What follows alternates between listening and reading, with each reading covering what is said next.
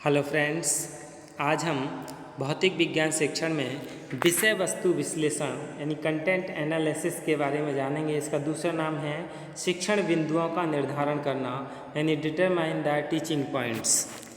हम content analysis, pedagogical analysis, इन दोनों को जानने के बाद इन दोनों की हम एग्जाम्पल भी यानी प्रयोग करना भी जानेंगे। तो सबसे पहले हम शिक्षण बिंदुओं का निर्धारण जान लें। पाठ्य वस्तु में से शिक्षक को किन महत्वपूर्ण बातों पर अधिक बल देना चाहिए, इन्हीं को शिक्षण बिंदु या परीक्षण बिंदु कहते हैं। यानी किसी भी विषय के प्रभावशाली शिक्षण के लिए उस विषय से संबंधित अध्यापक को विषय विशेष के सामान्य, विशिष्ट एवं व्यवहारिक उद्देश्यों को ध्यान में रखने के लिए पाठ्यक्रम की आवश्यकता पड़ती है। किसी भी विषय के पढ़ाने का एकमात्र उद्देश्य विषय की प्रकृति के अनुकूल छात्रों के व्यवहार में अपेक्षित व्यावहारिक परिवर्तन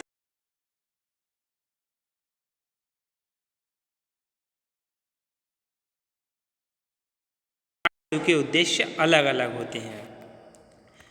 उद्देश्य के आधार पर बालक के व्यवहार में अविष्ट व्यावहारिक परिवर्तन लाने के लिए शिक्षण क्रिया आयोजित की जाती है, लेकिन व्यावहारिक परिवर्तन का प्रारूप निश्चित करने के लिए शिक्षक को ही चाहिए कि वह अपने विषय से संबंधित पाठ्य सामग्री का विश्लेषण की प्राप्ति मानी पाठ्य सामग्री का विश्लेषण भली भांति कर ले, क्योंकि विषय वस्तु ही एक ऐसा साधन है जिसके माध्यम से विशिष्ट उद्देश्यों की प्राप्ति संभव होती है।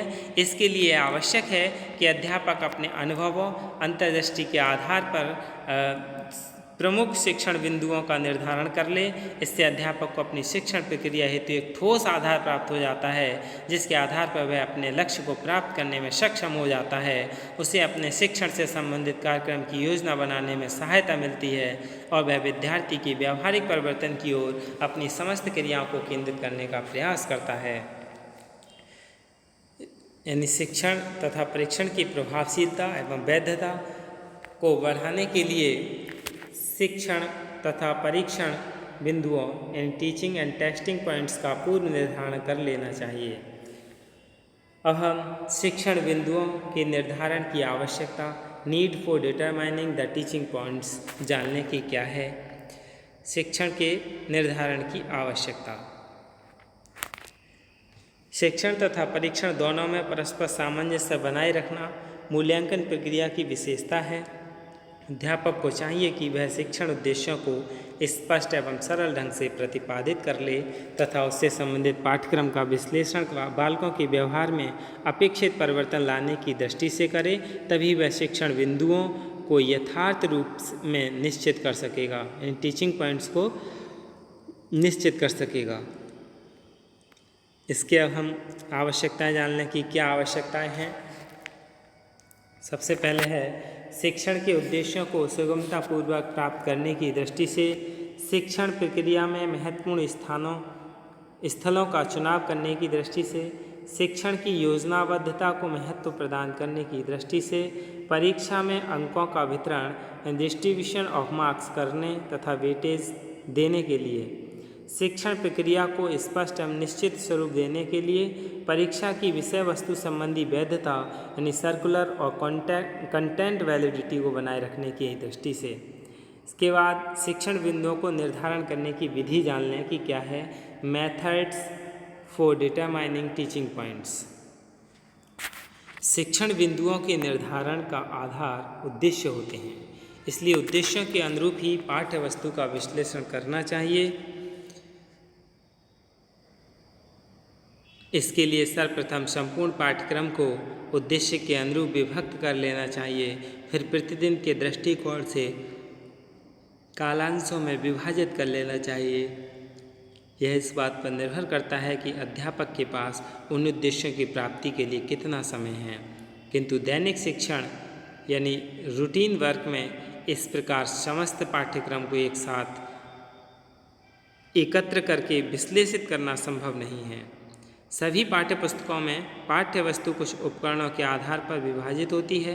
अध्यापक के लिए अधिक सुविधाजनक होगा कि वह उद्देश्यों को ध्यान में रखते हुए प्रत्येक प्रकरण को विश्लेषण कर ले। उसके बाद प्रत्येक उद्देश्य की प्राप्ति हेतु आवश्यक कालांशों की संख्या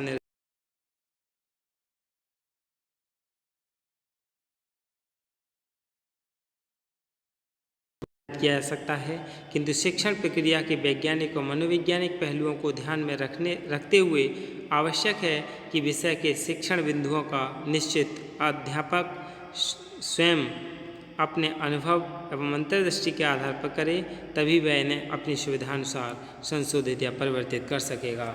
इसके बाद है विषय वस्तु विश्लेषण द्विचार्ट का प्रयोग, यानी कंटेंट एनालिसिस यूजिंग ए 2 डायमेंशनल चार्ट।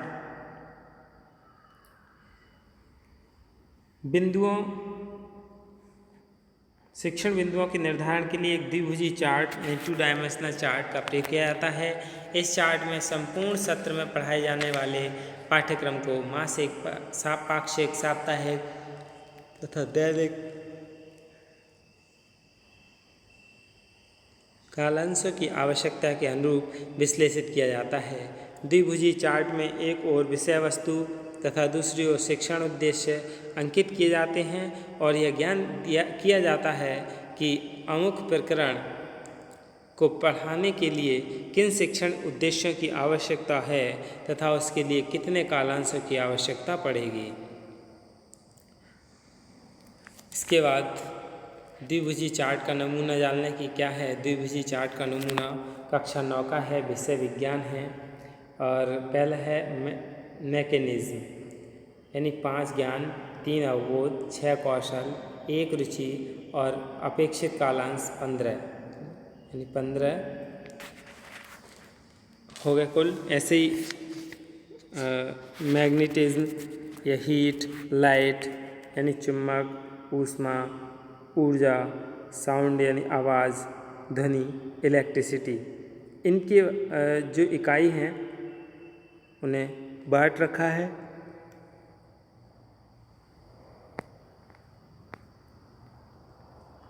इस तरीके से ही क्या है इसे बनाते हैं।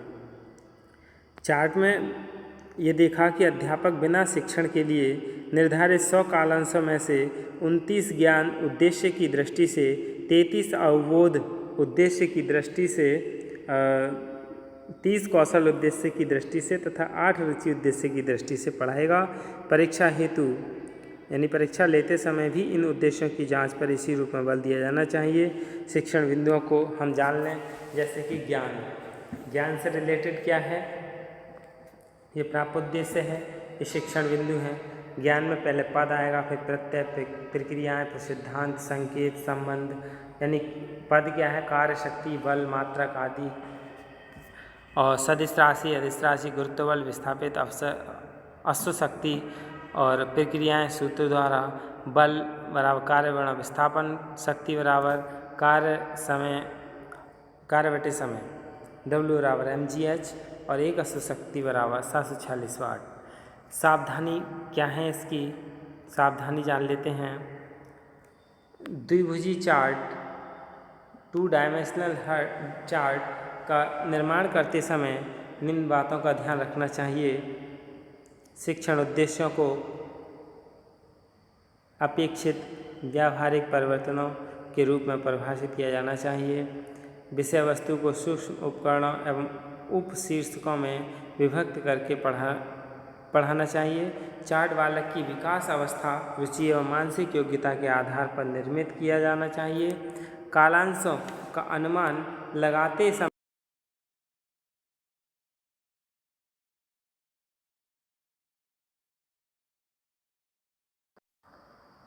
स्पष्ट होना चाहिए कि उसे देखते ही यह सहज अनुमान हो जाए कि हमें अपने दक्षिण में किन बिंदुओं पर बल देना चाहिए। फिर है शिक्षण उद्देश्यों का चयन कक्षा के स्तर से।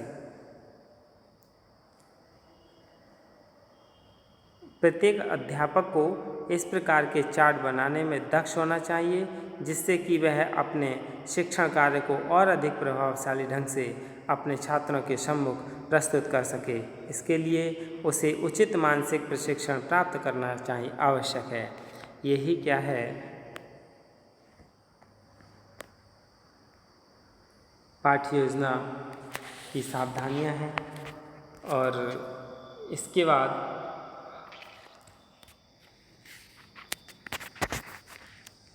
यानी इसका जो था चार्ट, इसमें क्या है कि ये क्या दे रखे हैं, टीचिंग पॉइंट्स दे रखे हैं, पद है, प्रत्यय है, प्रक्रिया हैं, सिद्धांत हैं, संकेत हैं, संबंध है। और प्रकरण कार्य शक्ति क्या है, यानी पद की है कार्य शक्ति, बल, मात्रक, बाट आदि। और प्रत्यय सदिश राशि, अदिश राशि, गुरुत्व बल, विस्थापन, अश्व शक्ति, ये सभी और प्रक्रियाएँ सूत्र द्वारा होती हैं। कार्य बल बराबर बल गुणा विस्थापन, यानी शक्ति बराबर कार्य बटे समय, इस आदि। W बराबर mgh और एक अश्व शक्ति बराबर 746 वाट होते हैं। यही क्या है,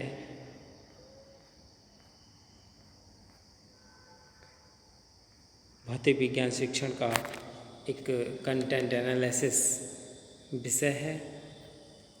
और अब हम शिक्षण बिंदुओं का निर्धारण भी जाना इस वीडियो में, और इसके बाद शिक्षण बिंदुओं का निर्धारण के बाद शिक्षण बिंदुओं के निर्धारण की आवश्यकता, शिक्षण बिंदुओं को निर्धारित करने की विधि, विषय वस्तु विश्लेषण, द्विभुज चार्ट का प्रयोग और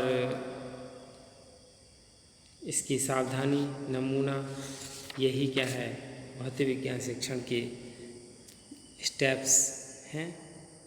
धन्यवाद।